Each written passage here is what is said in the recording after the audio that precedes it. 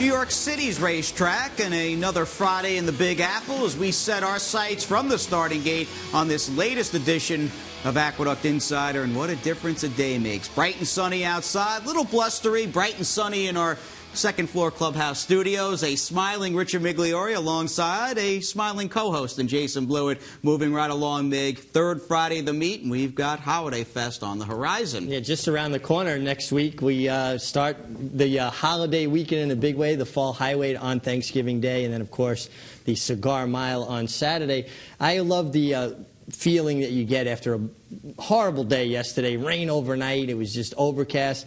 To have that brilliant sunshine, it's so rejuvenating. It kind of lifts your mood, and that blustery weather, that breeze, helped dry the racetrack out. So it looks like we've got good weather for the rest of the week. And the sun, very therapeutic. Caught a couple races outside on the apron today with my binoculars, as did a bunch of other racing fans. And we dive right into Friday headlines, and we head out to Delta Downs. $1 million up for grabs, and a few Kentucky Derby points as well for the 2-year-olds in Saturday's Delta Jackpot. I love the big purse. It's a race for horses to really step up. Another opportunity at $1 million purse for a young horse. I'm not so sure I'm crazy about them getting Derby points at this juncture, but that's a story for another day. The story out of it, though, is Keith DeZormo and just how much he maximizes these basically bargain price young horses he buys. He's like a good scout, having an eye for that young talent and being able to develop it. And his brother, Hall of Fame rider Kent DeSorbo, will be in the irons as well. I mean, that is a nice little sibling matchup, and of course team that have won quite a few big races. You know, as much fun as it is to win big races, it must be doubly fun to win it with a family member, with your brother. I can't even imagine how much fun that is, and I just hope at some stage in my life, my racing career, I get to train a good horse for one of my brothers. Obviously, the riding part of it's over. I'll put up the money, though.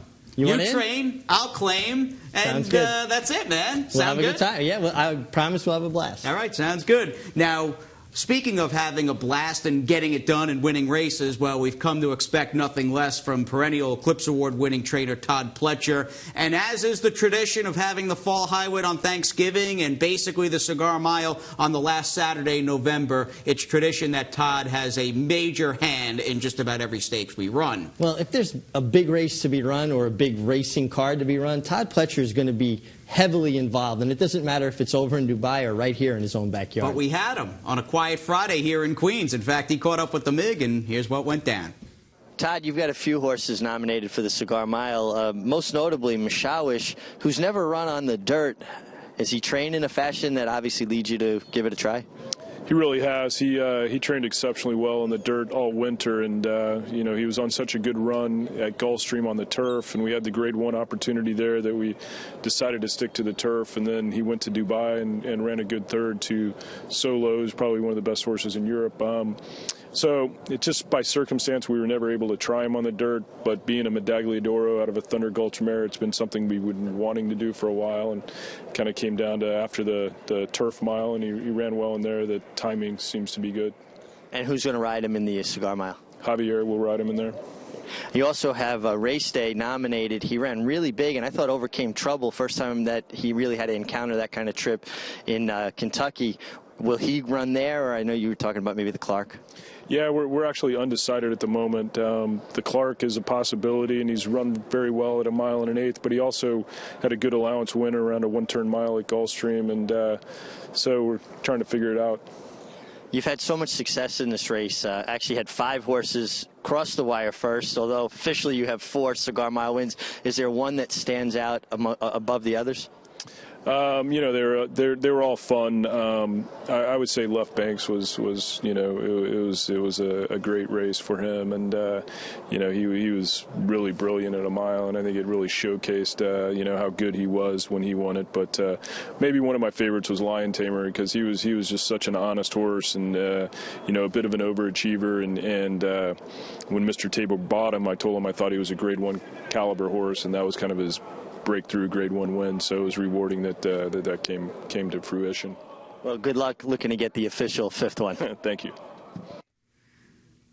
That tough DQ in 2010 with Harlem Rocker. Had that horse not been DQ'd, you'd be looking at a man going for his 6th Cigar Mile win next Saturday at the Big A. But he's always got the eye on the prize, and there you go. It's a pretty impressive list of winners already. And Todd is so impressive. You think about just how far-reaching his stables are and how many horses he keeps track of, and then to be able to recall every minute detail when you talk to him about it. Extremely impressive in a lot of fronts. And immediately when I asked him about, his Cigar Mile wins, he brought up Harlem Rocker first before anybody else. And he said Abe Arcoig just couldn't quite help himself, had to herd the other horse. Well, I liked hearing about Left Bank and getting that stretch replay of Left Bank's win, Todd's first back in 2001, and it was a shame that horse left us too soon, but he left an indelible mark, winning the Cigar Mile, and then, of course, coming back and winning the Tom Fool and stretching out and beating as deep a field in the Whitney as I can remember. His Whitney was outstanding, and I actually rode another horse of Todd's in that race, and when I got to Left Bank's hip, he just left me. What were you on, Grand Hall? No, if I remember correctly, Fairbanks. Oh, Fairbanks, okay. Yeah, and I made a run and thought, well, I got a little horse here. And when Johnny took a peek and asked Left Bank, it was over in a matter of strides. Yeah, you think about that match made in heaven. That was one of the first Michael Tabor horses that Todd did train, won Grade 1s galore with Left Bank. As we turn our attention to race number 5 today, this is a pretty solid 6-horse field. New York bred fillies and mares in the sun over a drying out main track at the Big A with John and Brielle up in the booth. And they're off. Awesome news from the extreme outside. Heads out for the lead with Lakeside Sunset running in second. That is My Four Chicks and Champagne Ruby right together, third and fourth. Slam Chowder is fifth, and Majestic Jessica is the trailer in sixth as they race up the backstretch. Awesome news, clear by a length and a half over Lakeside Sunset. Champagne Ruby is down at the rail with My Four Chicks alongside. Then a gap of 3, Slam Chowder, and 3 more to Majestic Jessica. The first quarter was run at 23 and 2/5 seconds. They race around the far turn. Awesome News, still the leader here. It's Awesome News by 3/4 of a length. Lakeside Sunset on the outside in second. My Four Chicks, Champagne Ruby. They're right together, third and fourth. Farther back, it's Slam Chowder and Majestic Jessica at the back. The half was run in 47 and 1/5 seconds. Awesome News, Lakeside Sunset. My Four Chicks on the outside as they pass the 3/16 pole. It's Awesome News down at the rail and My Four Chicks on the outside. Lakeside Sunset is third. They move for the 16th pole. Awesome News digs down at the rail. My Four Chicks on the outside. Lakeside Sunset in between. They come down for the wire. Another photo finish. My Four Chicks got it. Right at the end. My Four Chicks by a head. Awesome News was second. Some of us are still reeling from that minute left loss to Tampa Bay last night with the Rangers, of course, down against the Tampa Bay Lightning. And Rick Schosberg, a big Blue Shirts fan, but I'm sure he felt a lot better after this 1-2 finish, and he's done a heck of a job with both My Four Chicks and Awesome News. Well, these same two ran 1-2 back in August 9th, and we haven't seen Awesome News since, and she ran terrific off that bit of a layoff. But how about the form that My Four Chicks is in? Richard Schosberg doing a great job rounding out both halves of the exacta here. And this goes back to something with My Four Chicks. You mentioned after her last race, and it was a very impressive win at Belmont Park. And by the way, Erod Ortiz was up. She used to be kind of a speedster. They've decided to take her back and make that one brush with her, and she's been much more effective that way. She's been much more effective, and sometimes, a horse that possesses speed, you just have to rearrange your thinking and get them to use their speed at a different point of the race. And I'm sure it helped that Awesome News is a one-dimensional. She kind of takes the rider there. I mean, you'd have to fight with her to get her back. I'm sure that maybe led to them experimenting, rating My Four Chicks so that they didn't get in each other's way, and actually it's been a very successful move from My Four Chicks. All right, Henny Hughes, Philly Team Clearstar Stable, the winning owner. They are a good outfit, good group of guys, love the game. A couple of lawyers, very successful lawyers. They got some cash to play around, and they are familiar faces just about every 40 racing days at Saratoga every summer. On to race number 7 as we start the final pick 3, and the latter portion of the program was one in which trainer Shug McGahee and his team were very busy. We have a half to honor code coming up in race number 9. For now, though, great filly named Tapestry is 4-5 for Shug and Javier. Then Flick of an Eye and Tapestry heads apart third and fourth. A break of 3 to Wraith. Just got out on the extreme outside. And Ansible.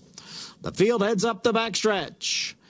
It is Perfect Freud leading by a head. Lucky Nancy E down at the rail in second by 2. Flick of an Eye is in third by a half length with Tapestry on the outside. The even money favorite is fourth, now 4.5 from the front. Ansible has moved up into fifth. Then it's Wraith and Just Got Out. Up front, Lucky Nancy E and Perfect Freud, and the two of them are heads apart for the lead as they head for the far turn. The half was running 47-2. Tapestry now asked for run by Javier Castellano, and Tapestry is on the move on the outside, going up to challenge for the lead. Here's Just Got Out, making a wide move here into contention. Tapestry now up to poke ahead in front of Lucky Nancy E as Perfect Freud drops out of it. It is Tapestry with the lead as they come into the stretch. Lucky Nancy E is back running in second. Then on the outside, it's Just Got Out, along with Ansible. A furlong to the finish. It's Tapestry in front. Ansible giving chase in second. Tapestry by 3. Ansible in second. And Tapestry at even money will prevail here by about 3 lengths. Ansible was second. Lucky Nancy E third. And Flick of an Eye finished fourth. Tapit Philly, Gray, all alone. In fact, Mig, the 2 turf horses, first and second by a good ways in the 7th. Well, this is the first start on the dirt for Tapestry. I'm sure it won't be her last. I mean, she won it, I thought, in nice fashion. What caught my eye, Jason, was the way she moved up when Javier Castellano, all he did was move his hands. And I think we were both of the same mind, thinking, well, she's never tried the dirt. Maybe there was a reason. Maybe she didn't work that well on it. Well, I don't think it'll be too long before you see her back on the dirt. No, a threat coming right back in the 2 other then. A hard-trying Noble Moon who has faced some of the handicap division's best on this circuit looks for that elusive third win on the other side of this quick timeout on Aqueduct Insider.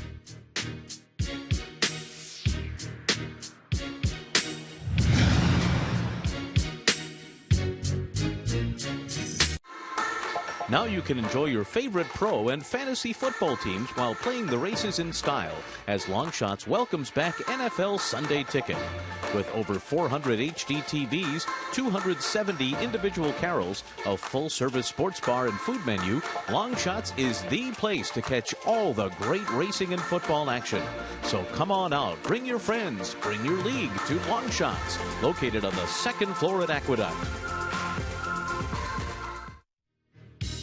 We had such a good time with these at the spa, and of course, across town at Belmont Park. That will bring the $40 buy-in low roller contest right here to the Big A on Saturday, Cigar Mile Day.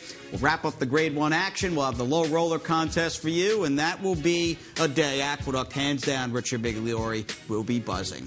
Oh, no doubt. And I tell you what, I like that whole concept of that $40 buy-in. It just gives you a lot of action for not a huge initial investment. Yeah, no kidding. 6 win-play show bets or 5 win-play show bets, and that's basically it. You keep your winnings, and of course you may take down the ultimate prize pool. And we'll see out here Cigar Mile Day as we get it to John Embriao, who's got the call of race number 8 off the turf, but they had protection in this one. Number of MTOs and a few horses stayed in the body. Noble Moon is a tick above even money as he tries to get that 3rd win as the big favorite. Compadre was off a step slow, is at the back of the pack. Celebrated Talent is going out for the early lead, has cleared the field and is getting over to the rail. It is Celebrated Talent in front. Noble Moon is running in second. Then it's Life in Shambles in third. And on the outside is Super Knight now moving up a spot. School of Hard Rocks is fifth. Picozza runs in sixth. And it's a break of 5 to A Compadre, who trails the field in seventh. And they're midway up the backstretch. Celebrated Talent, the leader here by a half length. Noble Moon runs in between horses. And on the outside is Super Knight. Break of 2. Life in Shambles is fourth. Then it's Picozza down at the rail. School of Hard Rocks alongside, and farther back is A Compadre.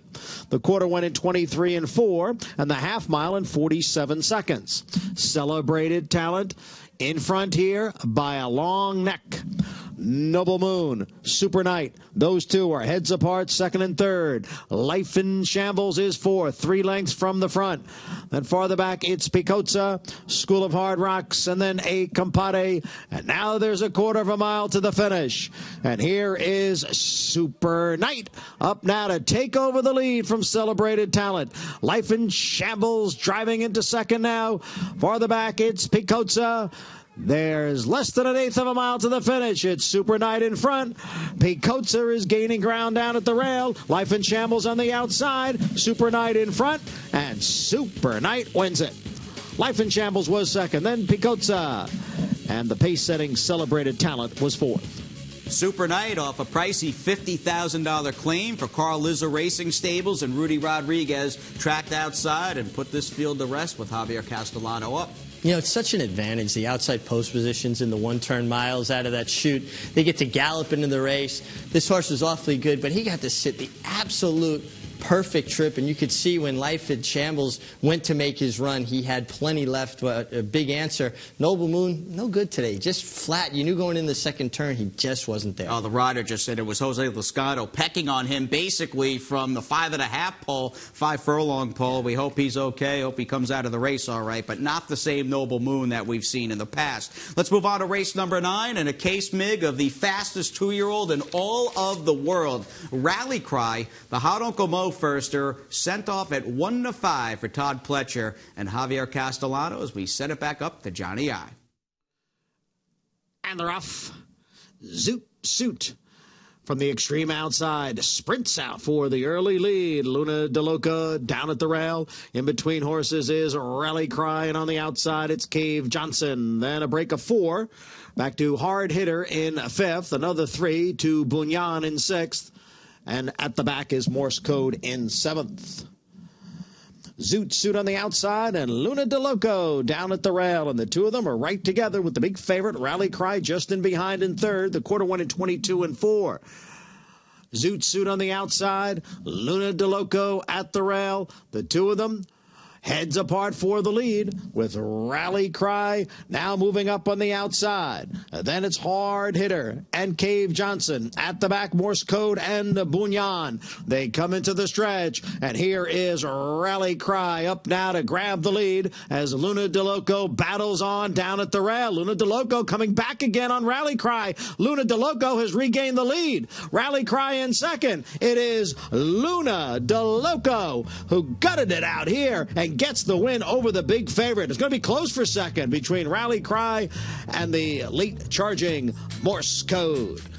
Man, a big green off the turn was Rally Cry, and he's on empty here, but Luna De Loco along the rail would not quit beneath Johnny V. Now, Luna De Loco took all the early pressure from Zoot Suit, was in an uncomfortable position, particularly for a first-time starter. When Johnny set him down, when he was challenged by the big favorite, Rally Cry, well, he had a big answer and went on.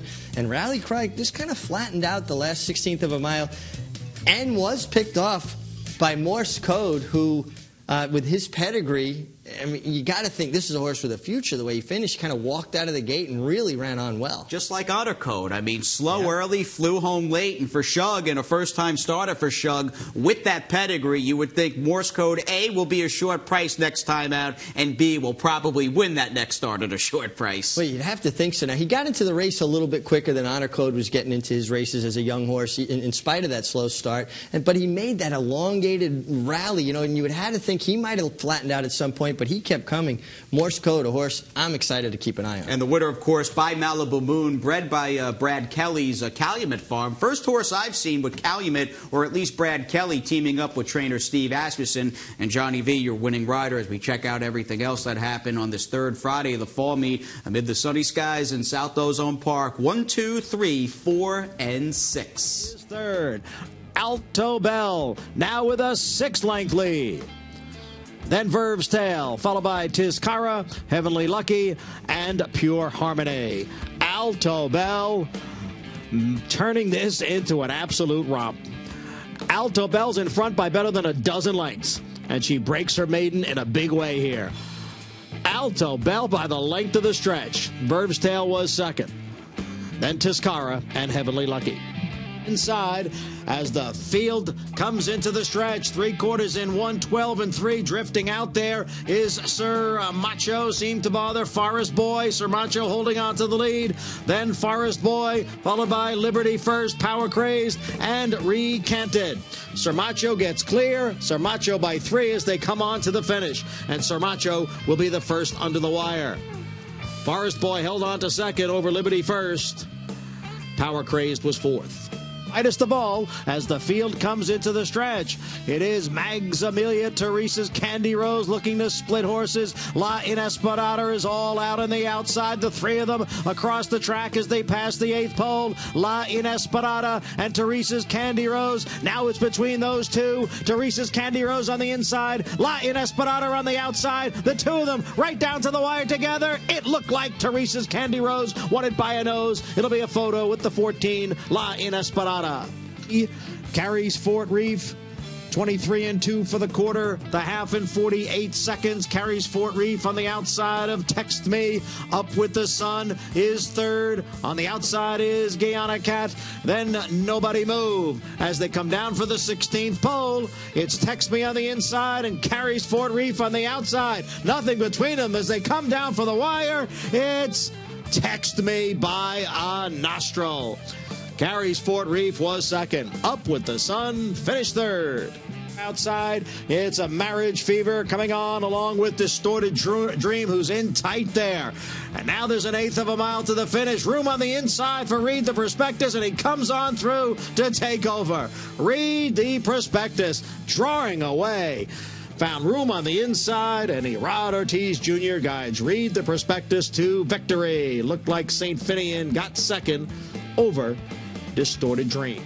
Little over 9,000 for the entire Pick 6 payout. As we backtrack, we'll get Cappy in the mix, and through his binoc, we'll take a look at the second look on this card, and in fact, a second look for the first race. Here's Alto Bell winning by nearly 19 for Pletcher and Johnny. Man, she just ran away and hid from this group. And if Johnny Velasquez would have had like a little propeller on top of his helmet, he might have taken off there. I mean, I'm kidding. Alto Bell was, I think, looking for clearance from the air traffic control over at Kennedy. Doesn't get much more impressive than this. And I think we were expecting maybe to see this by rally cry in the last, but we got to see it in the first with the Todd Pletcher trainee, Alto Bell, who obviously handled the dirt very well. Yeah, Trap Shot filly getting back on the dirt out of Katie Now. Pretty good horse for Millhouse Stables a few years back. As we transition over to the rider standings, this was a 2 for Friday through and through at the Big A. 2 for Luis Saez, 2 for Erad, 2 for Javier, and Johnny V had his riding double. In fact, took bookends, had Alto Bell, and was taking off with the propeller hat in the opener, and of course got that win with Steve Asmussen's horse in the last. We had 8 different trainers. Rudy Rodriguez continues that white-hot run here at Aqueduct, picking up a training double, including that good work off the claim with Super Knight. And Rudy involved with the claims today. In fact, jumped in and reclaimed out of race number 2, Power Craze, who checked in 3rd or 4th, and David Jacobson on the list as well. Rare to have a card in which David is not active in the claim box. He reclaimed Read the Prospectus, who won by a pole in race number 6, and jumped in for 62.5 with Super Knight out of the featured 8th race, as we have 2 Saturday stakes to talk about, and we will backtrack to perhaps the fastest fall highway winner of all time.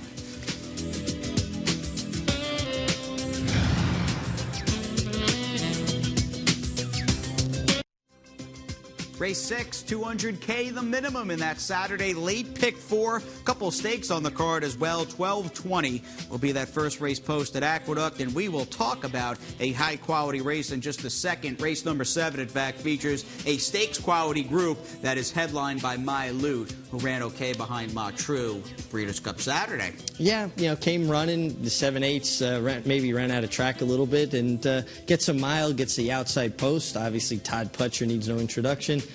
I just wonder if maybe Milut's kick isn't a little bit stronger, shorter. I wonder if the mile is going to flatten that out a bit. Good point, Mig. Blingo in the Moss Silks taking the lead right now. Man, that looks like Mike Smith. Oh, I see that left-handed windmill. That is definitely Mr. Smith. And do you like Blingo? Who is it? It's Aaron Greider, actually. Oh, he looks good.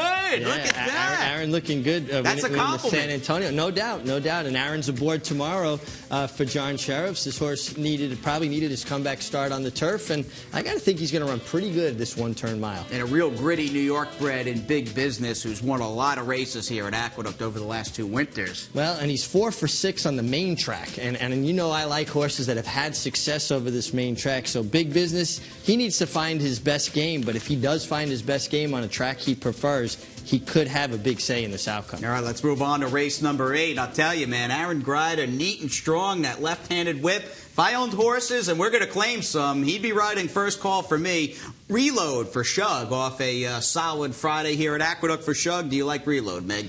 Well, you know, I think you and I were really high on Reload earlier in the year. He gets it done here, real professional effort coming through on the inside, but I wasn't wowed, and I just think he's a little bit better when he gets really firm ground, and I question how firm the ground's going to be with all that rain, you know, over the week, during the week. And here at Aqueduct, it never dries out like completely, so I'm not sure about the going. Cutting the ground, no problem for Lubash. He handles any footing, and he's 6 weeks away, give or take, from his 9-year-old birthday. Now, you got to love Lubash. He's over almost $1.4 million in earnings, 16 wins. He's got the winning habit, and he's won over this course. I'm all about Lubash. I'm partial to New York breds anyway. And we have actually a New York bred and a Maryland bred coming up. Our 1-2 punch late in the show with Andy and Maggie. Thanks a lot, guys. Saturday's 8th race. This one should stay on the turf. It's the Artie Schiller, race named for a horse, of course, who's near and dear to the heart of the Mig. A very, very interesting field, and track conditions got to play a part. There's going to be rain, and this course figures to be close to soft, honestly, yielding soft for this race. And the 8 horse in here, this is a horse, Vision Perfect, who really handles giving the ground. The last time giving the ground almost upset our Hill Prince at a big price. He's got the speed to put himself in the game, and I think he's got a real chance to upset this field. I'm going to try to beat them all with Vision Perfect. No doubt, Lubash, the 4, is the horse to beat. Reload, I'm not thrilled with Reload. I'm not thrilled with the 6 Aztec Brave. I like the 8 and 4 in this race, and maybe we can get the money to price with Vision Perfect. The 8th race, the Artie Schiller, on Saturday. And a pretty nice card assembled for this Saturday, as I'll take a look at the last race. Yes, you're going to have to wait around a while for tomorrow's Paddock Insider, as it is coming in the 9th. It's maiden special weight for the 2-year-old New York bred boys. We're going 7/8, and I'm doing something that I don't necessarily tend to do. Nonetheless, in the face of 2 very well-bred Todd Pletcher horses, he'll send out a son of Uncle Mo, as well as a son of Tappet, as a New York bred. But I like the Eddie Keneally firster, and he's one that I've had my eye on in the mornings, and that is number 9 in here, Dane Burry. Just a very, very good-looking son of Super Saver, as he should be, and they did pay up for him as a yearling $230,000 purchase price at the Keeneland sales. But I just like the way this guy has been training. He stands pretty stoutly against the rest of the New York breds that I have seen this year as 2-year-olds. So I'm going to give a try in the face of those 2 Todd Pletcher horses with Dane Burry tomorrow, as she's your Paddock Insider. Jay, Mig, guys, back to you. Just in time for us to say goodnight. The Mig, myself, will see you tomorrow night for Saturday's Aqueduct Insider. And it's Tom Durkin with Fabulous Strike in the 08 Fall Highway to end the show. He's so chic to an opening at the rail. Off the turn, it's still Fabulous Strike, the leader. Fabulous Strike is still in front and has turned back the challenge of Grand Champion. Down on the rail, He's So Chic coming with a late run. But it is Fabulous Strike and Ramon Dominguez just looking back for the competition. And not much competition for Fabulous Strike today. He cruised today to win it by 1.25 lengths at the very end. He's So Chic was second and finishing third for